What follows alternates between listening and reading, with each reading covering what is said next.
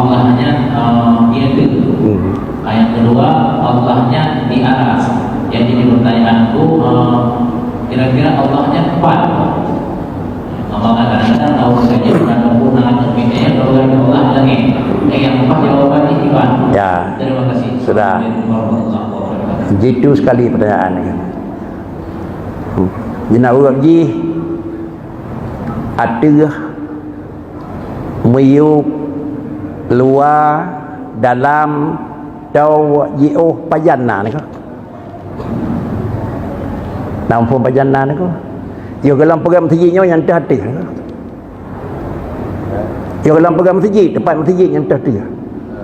Hana luar, hana cid, meyuk, hana cid, ya. Jangan pajan cina luar dalam meyuk ada. Dia masjid, nya kada cong alau but, cong dalam raya dunia ni. Pergi dunia di Tuhan tu. Tiga na dunia dengan Tuhan. Allah na dunia. Hana alam aku kalau perkara apa be. Allah yang na alam siapa tan aku. Nya bawadanya yang terhati. Tuhan na. Dan yang wadanya pai ke Tuhan datih mayu aku. Gimana jawab? Hana tu hana mayu, hana tau, hana jauh, hana luar, hana dalam. Jino ke ban? Yang lainnya ni.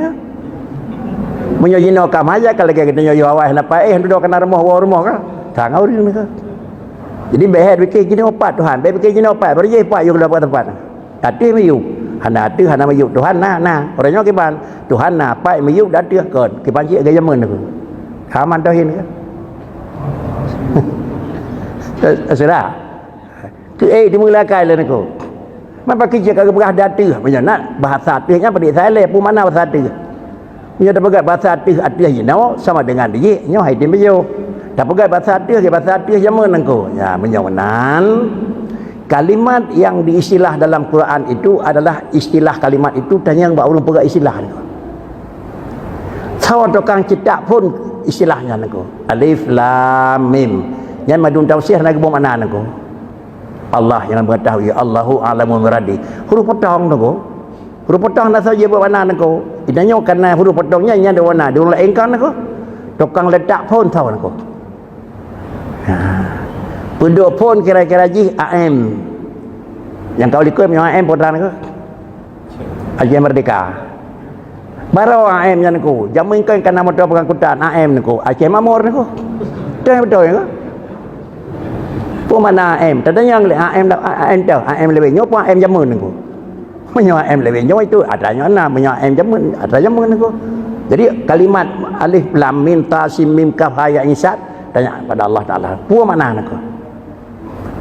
Inilah yang pernah diungkapkan oleh Imam Ali radhiyallahu an, kanallahu wala syai'a ma. Allah itu posisi ada, tidak terikat dengan apapun, atas bawah keluar dalam biuk pada tidak ada. Itu Allah dulu. Sekarang sudah alam wahwal ana ala malaikana. Sekarang juga begitu. Kami